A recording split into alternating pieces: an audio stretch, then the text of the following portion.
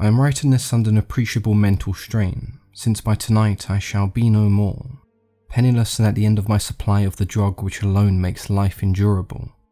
I can bear the torture no longer, and shall cast myself from this garret window into the squalid street below. Do not think from my slavery to morphine that I am a weakling or a degenerate. Once you have read these hastily scrawled pages, you may guess, though never fully realize, why it is I must have forgetfulness or death. It was in one of the most open and least frequented parts of the broad Pacific that the packet of which I was supercargo fell victim to the German sea raider. The Great War then was at its very beginning, and the ocean forces of the Hun had not completely sunk to their later degradation, so that our vessel was a legitimate prize, whilst we of her crew were treated with all of the fairness and consideration due us as naval prisoners. So liberal indeed was the discipline of our captors that 5 days after we were taken, I managed to escape alone in a small boat with water and provisions for a good length of time. When I finally found myself adrift and free, I had but little idea of my surroundings. Never a competent navigator, I could only guess vaguely by the sun and the stars that I was somewhere south of the equator. Of the longitude I knew nothing, and no island or coastline was in sight. The weather kept fair, and for uncounted days I drifted aimlessly beneath the scorching sun, waiting either for some passing ship or to be cast onto the shores of some habitable land. But neither ship nor land appeared, and I began to despair in my solitude upon the heaving vastness of unbroken blue. The change happened whilst I slept. Its details I shall never know, for my slumber, though troubled and dream-infested, was continuous. When at last I awaked, it was to discover myself sucked into a slimy expanse of hellish black mire, which extended about me in monotonous undulations as far as I could see, and in which my boat lay grounded some distance away. Though one might well imagine that my first sensation would be of wonder at so prodigious and unexpected transformation of scenery, I was in reality more horrified than astonished, for there was in the air and the rotting soil a sinister quality that chilled me to the very core. The region was putrid with the carcasses of decaying fish and other less describable things which I saw protruding from the nasty mud of the unending plain. Perhaps I should not hope to convey in mere words the unutterable hideousness that can dwell in absolute silence and barren immensity. There was nothing within hearing, and nothing within sight save a reach of black slime, yet the very completeness of the stillness and the homogeneity of the landscape oppressed me with a nauseating fear. The sun was blazing down from a sky which seemed to me almost black in cloudness and cruelty, as though reflecting the inky marsh beneath my feet. As I crawled into the stranded boat, I realized that only one theory could explain my position. Through some unprecedented volcanic upheaval, a portion of the ocean floor must have been thrown to the surface, exposing regions which for innumerable millions of years had lain hidden under the unfathomable watery depths. So great was the extent of the new land which had risen beneath me that I could not detect the faintest noise of the surging ocean, strain my ears as I might. Nor were there any seafowl to prey upon the dead things. For several hours I sat there thinking or brooding in the boat, which lay upon its side and afforded a slight shade as the sun moved across the heaven. As the day progressed, the ground lost some of its stickiness and seemed likely to dry sufficiently for travelling purposes in a short time. That night I slept but a little, and the next day I made myself a pack containing food and water, preparatory to an overland journey in search of the vanished sea and possible rescue. On the third morning I found the soil dry enough to walk upon with ease. The odour of the fish was maddening, but I was too much concerned with graver things to mind such a slight evil, and set out boldly for an unknown goal. All day I forged steadily westward, guided by a faraway hummock which rose higher than any other elevation on the rolling desert. That night I encamped, and on the following day still travelled towards the hummock, though the object seemed scarcely nearer than when I first espied it.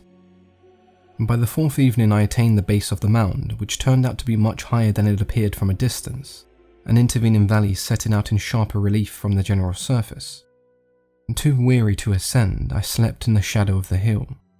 I know not why my dreams were so wild that night, but ere the waning and fantastically gibbous moon had risen so far above the eastern plain, I was awake in cold perspiration, determined to sleep no more. Such visions that I had experienced were too much for me to endure once again. And in the glow of the moon I saw how unwise I had been to travel by day. Without the glare of the parching sun, my journey would have cost me less energy, indeed. I now felt quite able to perform the ascent which had deterred me at sunset. Picking up my pack, I started for the crest of eminence. I have said that the unbroken monotony of the rolling plain was a vague source of horror to me, but I think my horror was greater when I gained the summit of the mound and looked down on the other side into an immeasurable pit or canyon, whose black recesses the moon had not yet soared high enough to illume. I felt myself on the edge of the world, peering over the rim into the fathomless chaos of eternal night. Through my terror ran curious reminiscences of Paradise Lost, and of Satan's hideous climb through the unfashioned realms of darkness. As the moon climbed higher in the sky, I began to see that the slopes of the valley were not quite so perpendicular as I had imagined. Ledges and outcroppings of rock afforded for fairly easy footholds for a descent, whilst after a drop of a few hundred feet, the declivity became very gradual. Urged on by an impulse that I cannot deftly analyse, I scrambled with difficulty down the rocks and stood on the gentle slope beneath, gazing into the Stygian deeps where no light had yet penetrated. All at once my attention was captured by a vast singular object on the opposite slope, which rose steeply about 100 yards ahead of me, an object that gleamed whitely in the newly bestowed rays of the ascending moon. That it was merely a gigantic piece of stone I soon assured myself, but I was conscious of a distinct impression that its contour and positioning were not altogether the work of nature.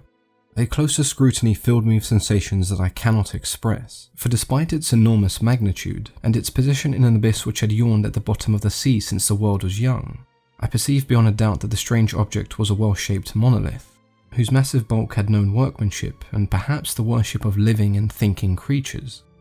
Dazed and frightened, yet not with a certain thrill of a scientist's or an archaeologist's delight, I examined my surroundings more closely. The moon, now near the zenith, shone weirdly and vividly above the towering steeps that hemmed in the chasm, and revealed the fact that a far-flung body of water flowed at the bottom, winding out of sight in both directions and almost lapping at my feet as I stood on the slope. Across the chasm, the wavelets washed the base of the Cyclopean monolith, on whose surface I could now trace both inscriptions and crude sculptures. The writing was in a system of hieroglyphics unknown to me, and unlike anything I had ever seen in books, consisting for the most part of conventionalized aquatic symbols, such as fishes, eels, octopi, crustaceans, mollusks, and whales. Several characters obviously represented marine things which were unknown to the modern world, but whose decomposing forms I had observed on the ocean-risen plain. It was the pictorial carving, however, that did most to hold me spellbound. Plainly visible across the intervening water, on accounts of their enormous size, were an array of bas-reliefs whose subjects would have excited the envy of Dore. I think that these things were supposed to depict men, at least a certain sort of men, though the creatures were shown disporting like fishes in the waters of some marine grotto, or paying homage to some monolithic shrine which appeared to be under the waves as well. Of their faces and forms I dare not speak in detail, for the mere remembrance makes me grow faint. Grotesque beyond the imagination of a Poe or a Bulwer. They were damnably human in general outline, despite webbed feet and hands, shockingly wide and flabby lips, glassy and bulging eyes, and other features far less pleasant to recall. Curiously enough, they seemed to have been chiseled badly out of proportion with their scenic background, for one of the creatures was shewn in the act of killing a whale, represented as but little larger than himself. I remarked as I say their grotesqueness and strange size, but in a moment decided that they were merely the imaginary gods of some primitive or seafaring tribe. Some tribe whose last descendant had perished eras before the first ancestor of the Piltdown or the Neanderthal man was born. Awestruck at this unexpected glimpse into the past beyond the conception of the most daring anthropologist, I stood there musing whilst the moon cast queer reflections on the silent channel before me. Then suddenly I saw it. With only a slight churning to mask its rise to the surface, the thing slid into view above the dark waters. Vast, Polyphemus-like, and loathsome, it darted like a stupendous monster to the monolith, about which it flung its gigantic scaly arms, all the while it bowed its hideous head and gave vent to certain measured sounds. I think I went mad then. Of my frantic ascent of the sloping cliff and of my delirious journey back to the stranded boat, I remember little. I believe I sang a great deal. I have indistinct recollections of a great storm sometime after I reached the boat. At any rate, I know that I heard peals of thunder and other tones which nature utters only in the wildest moods. When I came out of the shadows, I was in a San Francisco hospital, brought thither by a captain of an American ship which had picked up the boat in the mid-ocean. In my delirium I had said much, but found that my words were given scant attention. Of any land upheaval in the Pacific, my rescuers knew nothing, nor did I seem it necessary to insist upon a thing which I knew they could not believe. Once I sought out a celebrated ethnologist and amused him with particular questions regarding the ancient Philistine legend of Dagon, the fish god. But soon perceiving that he was hopelessly conventional, I did not press my inquiries. It is at night, especially when the moon is gibbous and waning, that I see the thing. I tried morphine, but the drug has given me only transient surcease, and has drawn me into its clutches as a hopeless slave. So now I am to end it all, having written a full account for the information or the contemptuous amusement of my fellow man.